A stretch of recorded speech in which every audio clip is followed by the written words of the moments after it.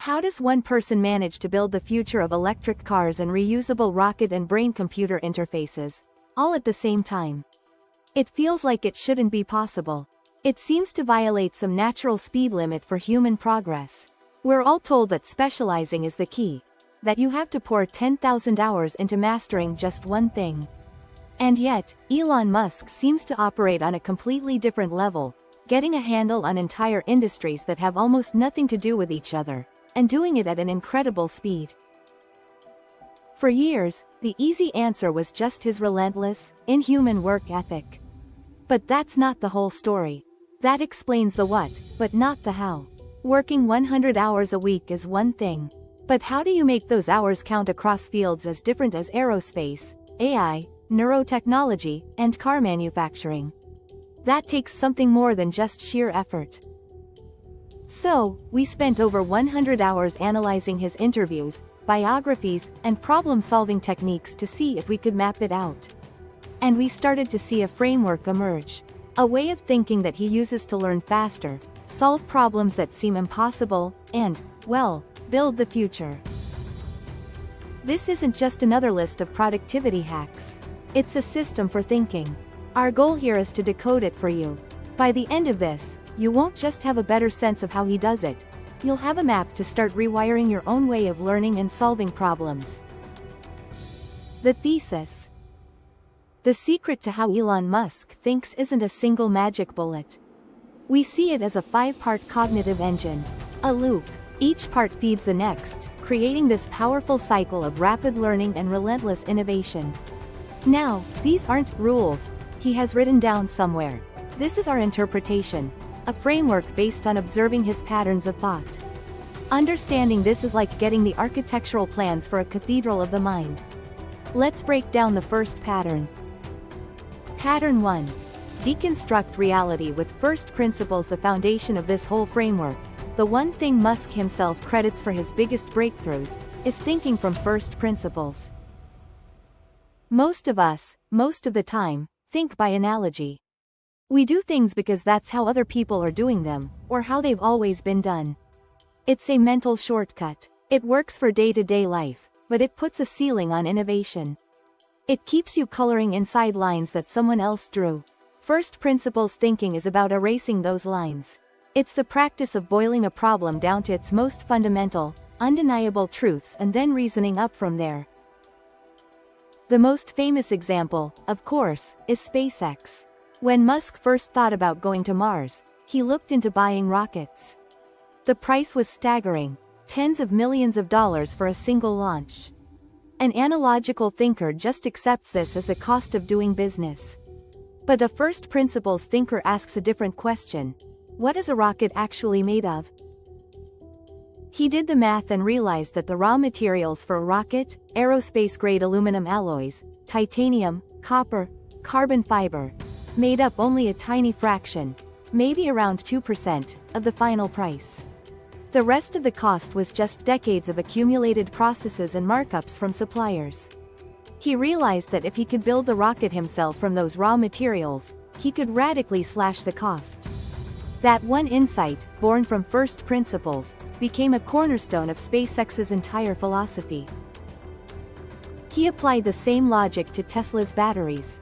For years, the industry just assumed that battery packs were fundamentally expensive, and that this was the main roadblock to affordable electric cars. Musk didn't buy it. He and his team broke the battery down to its core components. What's the market price for cobalt, nickel, aluminum? They calculated a baseline cost based on the raw materials on the commodity markets, not the price set by the existing supply chain. By understanding that fundamental truth, they could focus all their engineering power on attacking the inefficiencies that were driving up the price. This isn't just a problem-solving trick, it's a worldview.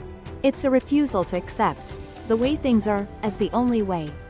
It's about having the discipline to constantly ask, what is undeniably true here, and then building your solution on that solid ground. This is the foundation. It gives you the raw materials to build something new. And once you have those materials, you need a place to put them. That brings us to pattern. Pattern 2. Build a tree of knowledge, not a pile of leaves. It is important to view knowledge as a sort of semantic tree, Musk once said in a Reddit AMA. Make sure you understand the fundamental principles, i.e., the trunk and big branches, before you get into the leaves, details, or there is nothing for them to hang on to. This is one of the most powerful metaphors for effective learning out there, and it's the second critical pattern in this framework.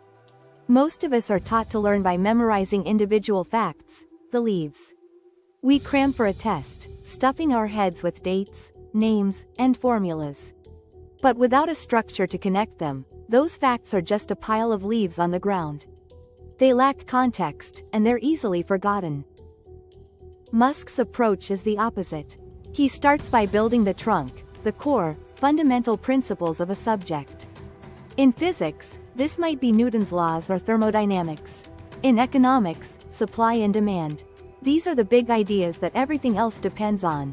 You have to master this trunk first, deeply and intuitively. Once the trunk is solid, you grow the main branches. These are the major subdisciplines that grow out of the core principles. For physics, that could be classical mechanics or electromagnetism. You see how they connect back to the trunk. Only then do you start adding the leaves, the specific details and nuances. But now, those details have something to hang on to. Each leaf has a clear path down a branch to the trunk. This creates a robust, interconnected model in your mind. Information isn't just stored, it's integrated. This structure is what lets you navigate complexity without getting lost. When Musk decided to build rockets, he didn't just hire a bunch of rocket scientists and call it a day. He's famous for first diving into textbooks on physics, materials science, and engineering. When people asked him how he learned to build rockets, his answer was simple: I read books. He built the semantic tree himself. This is why he can have deeply technical conversations with his top engineers. He understands the trunk and the main branches as well as they do. This learning model also has a hidden superpower. A strong trunk in one field makes it way easier to grow a trunk in another. The fundamentals of physics, for example, aren't just the trunk for aerospace. They're also the trunk for automotive engineering, energy systems, and even tunneling. By mastering the deepest, why, in one area, you get a massive head start in others. And when you have several strong knowledge trees growing side by side, it enables the third, and maybe most creative, pattern. Pattern 3. Cross-pollinate ideas across a vast knowledge base. Great ideas are rarely born in a vacuum. They're born at intersections. This is where Musk's strategy of building multiple, strong knowledge trees really pays off. He can take a concept from one tree and graft it onto another, creating something that's never been seen before. This is the pattern of cross-pollination. Think about Tesla. For a century, the auto industry was mostly a mechanical engineering problem. Musk came at it with a different set of knowledge trees. He brought the tech industry mindset, fast iteration, over-the-air software updates, a laser focus on the user interface, and applied it to a car. A Tesla isn't just a car, it's a computer on wheels. That idea could only come from someone who deeply understood both software architecture and automotive engineering. He cross-pollinated. Or think about SpaceX's revolutionary manufacturing. He borrowed principles from automotive mass production, a field nobody in the slow, custom-built world of aerospace was thinking about, to figure out how to build rockets at scale. The goal wasn't just to build one rocket, but to build a rocket factory. That was a manufacturing insight, not just an aerospace one. Walter Isaacson's biography describes how Musk constantly pushes his teams to look for inspiration in other industries. He'll ask the SpaceX team what they can learn from a Formula One pit crew or the Tesla team what they can learn from smartphone design. This is deliberate cross-pollination in action. This pattern is the engine of innovation. It's about seeing that a solution to your problem might already exist in a completely different context. But you can only spot those connections if you've done the work to build a diverse knowledge base. When you have a deep understanding of physics, economics, software, and manufacturing, you can see possibilities that are invisible to the specialist who has spent their entire career in just one field. This helps explain his ability to run multiple companies in wildly different industries. To an outsider, it looks like insane context switching. But from Musk's view, he's often solving similar fundamental problems, related to physics, manufacturing bottlenecks, or software control, that just happen to show up in different products. The leaves are different, but the trunks often share the same roots. Of course, when you try to combine ideas in new ways, your first attempt rarely works. Pushing boundaries means you are going to fail. And that brings us to the fourth pattern, a radical reframing of what failure even means. Pattern 4. Embrace failure as high-velocity data. For most of us, failure is something to be avoided. It's embarrassing, a sign of incompetence, a risk to your career. For Elon Musk, failure is something else entirely. It's data. It's just a necessary byproduct of trying to do things that have never been done before. He has famously said, "Failure is an option here. If things are not failing, you are not innovating enough." This isn't just a motivational slogan, it's a core principle baked into how his companies operate. The early days of SpaceX are the most dramatic example. The first Falcon 1 launch failed. The second one failed. The third one failed. With each failure, the company was on the verge of bankruptcy. Musk had poured his entire fortune from PayPal into it. Most leaders would have given up. But Musk and his team treated each explosion not as a disaster, but as a very expensive, very fast, and incredibly valuable physics experiment. They sifted through the wreckage, analyzed the data, and figured out exactly what went wrong. They fed that data back into the design, rebuilt, and launched again. The fourth flight worked, saved the company, and led to a massive contract from NASA. This pattern is about creating an aggressive feedback loop. The goal is to shrink the time between an idea and its first contact with reality. The faster you can test something, the faster you get data, and the faster you can learn. It's a lot like the build, measure, learn loop from the startup world, but applied with ferocious intensity to physical things like rockets and cars. This philosophy is also why Tesla doesn't really stick to traditional model years. They don't wait 3 years to make an improvement. They push design changes and software updates to the factory line and to the cars already on the road as soon as they're ready. Every car is part of a giant, real-time feedback loop. Even Neuralink's progress depends on this. Early reports on the first human trial participant noted that some of the implant's threads had pulled back, reducing its effectiveness. Instead of seeing it as a setback, the team used it as critical data to refine their process and improve the implant. By early 2026, the company reported that 21 people were enrolled in its trials globally, with each one providing priceless data to accelerate progress. To really adopt this pattern, you have to change your mindset. You have to emotionally disconnect failure from your sense of self-worth. A failure isn't a judgment on you, it's just a data point telling you one way not to do something.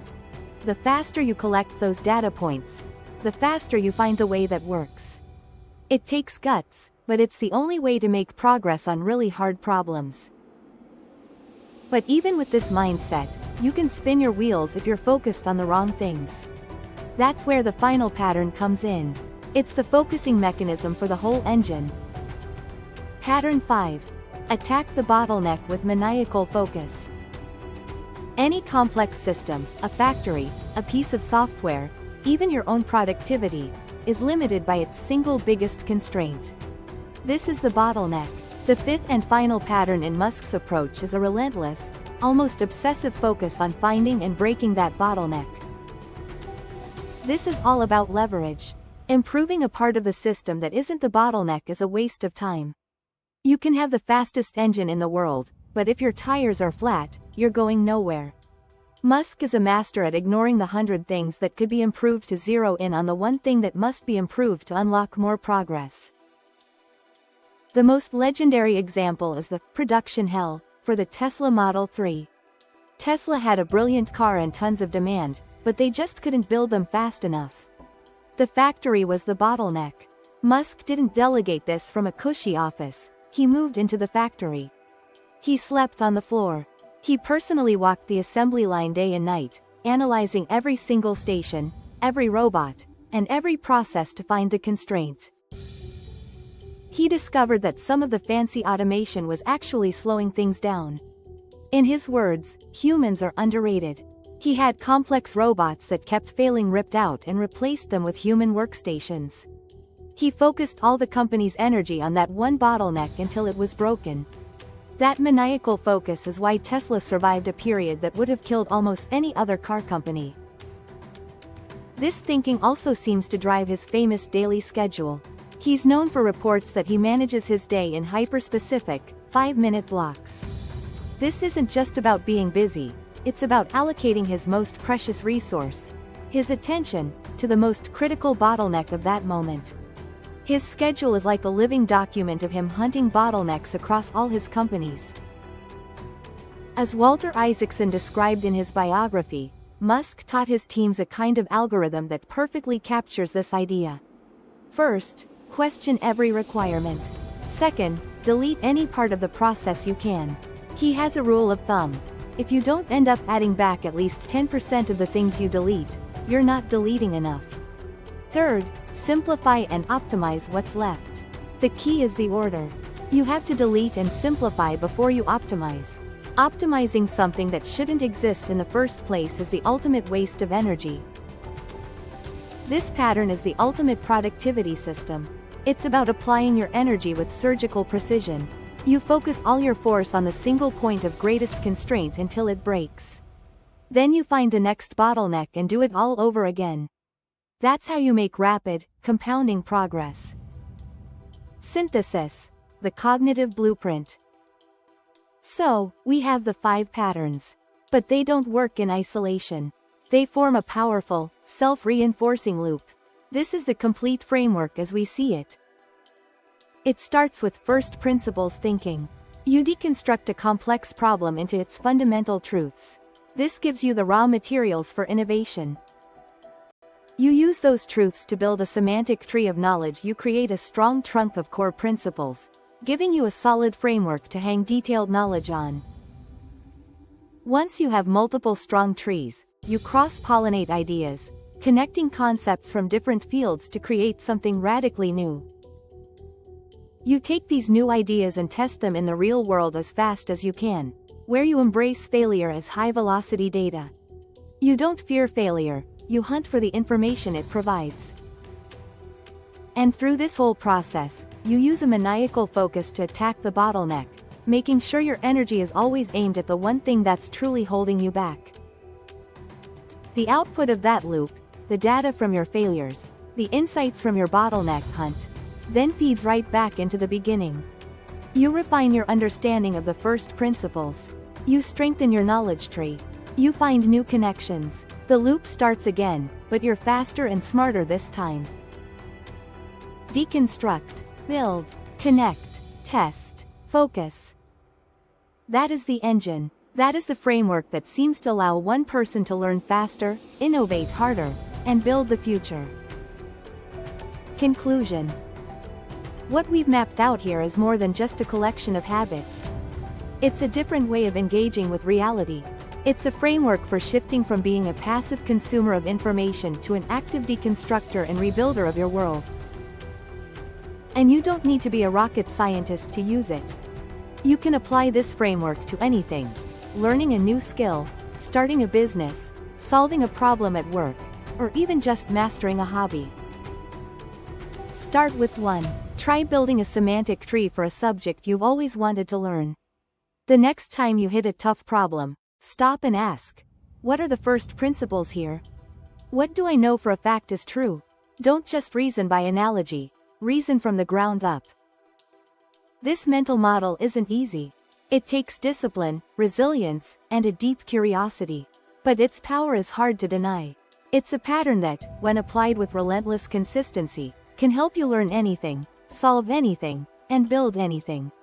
It's the closest thing we have to a user manual for the human brain's untapped potential. The real question is, which of these patterns will you try to build into your own thinking? Ready to think like the top 1%? Tap the link in bio and experience the brain song.